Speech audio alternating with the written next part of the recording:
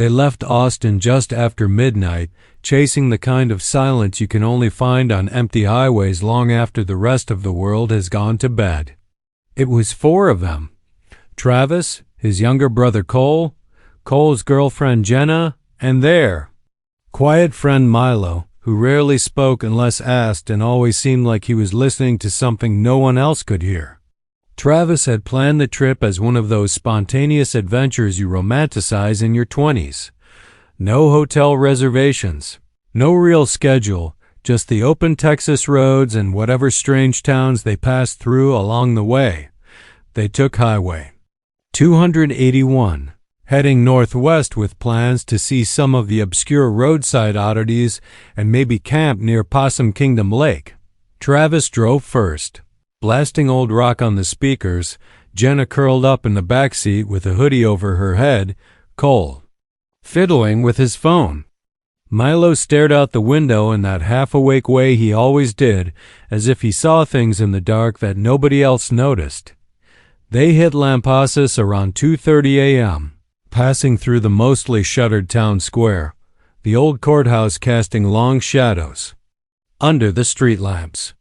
A diner sign flickered with a dull hum, but Travis didn't stop. He figured they'd grab something further out, maybe when the sun started to rise. Somewhere outside of town, they saw the sign. It was hand-painted, wooden, warped, and cracked from sun and rain, nailed to a leaning fence post that divided the scrubland from the gravel shoulder. The paint was faded but legible in the high beams. Detour. Hell's Gate 4 miles, Cole laughed. Well, that's not ominous at all. Probably some dumb Halloween attraction, Jenna mumbled, barely lifting her head. Milo, from the back seat, said softly, "It's August. That should have been the end of it. Just a weird sign on the side of the road." But Travis slowed down without realizing it. 4 miles wasn't far. And if it was some kind of prank or attraction, it could be good for a laugh or an Instagram post. "Let's check it out," he said. Jenna groaned, but nobody really objected.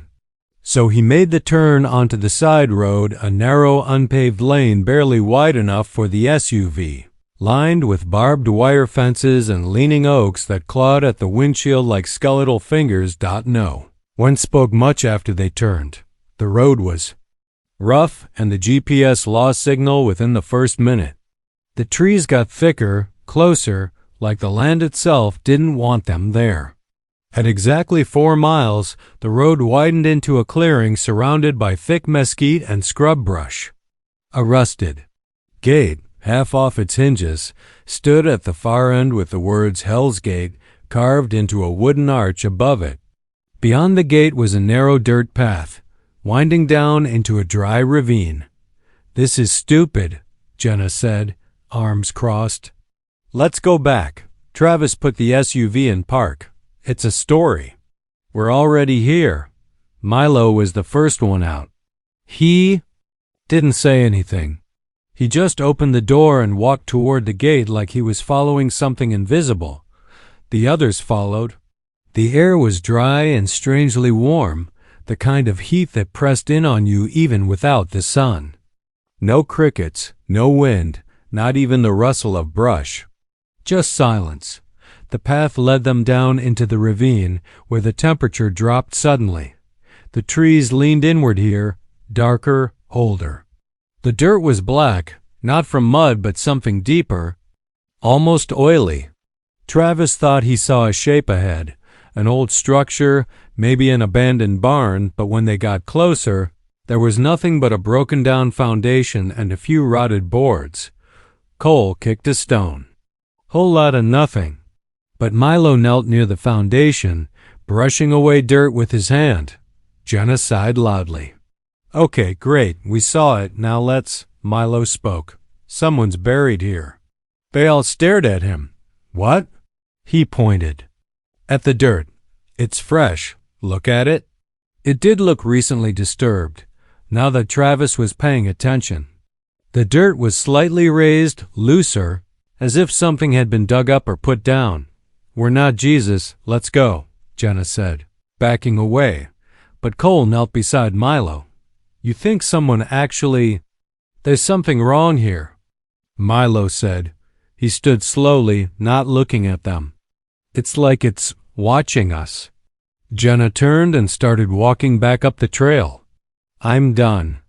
But she didn't get far. A sound cut through the air, a dry, rasping noise like old leaves dragging across concrete. Travis turned. A man stood at the edge of the trees. Only he wasn't a man, not really. He was tall, gaunt, dressed in dusty. Black clothing that didn't look modern. His skin was pale, stretched too tightly over bone, and his eyes were sunk so far back in his skull they looked hollow. He didn't move. He just watched. Do you see that? Travis whispered. No one answered. The figure didn't advance. Just stood there. Back to the car, Milo said. Now. They moved fast, stumbling up the path. The air grew heavier with every step, like walking through water. Travis looked back once. The man was following them now, not running, just walking, but closing the distance too fast. They made it to the SUV. Travis fumbled the keys. The lock clicked just as the figure reached the edge of the clearing. He didn't stop. He just stood there again. Outside the ring of headlights, Travis slammed the car into reverse and tore out of the clearing, the SUV bouncing violently as they hit the road. No one spoke until they were back on 281, speeding north toward nothing in particular. They found a motel in Mineral Wells before sunrise. No one slept. Travis checked the SUV in the daylight. Dust, scratches, twigs, but also something else. On the rear window, written in the dirt, were 3 words, scrawled in long, uneven lines. You dug WRONG. They didn't talk about it after that. Not really. Milo stopped hanging out with them. He quit his job and left town a few weeks later. Cole and Jenna broke up before Christmas, and Travis stopped going on road trips. Sometimes he dreams about that figure standing in the trees. Unmoving, eyes like black wells that go down forever. And sometimes when he drives at night, he'll see a sign. Not always the same words, but always in the same style. Detour.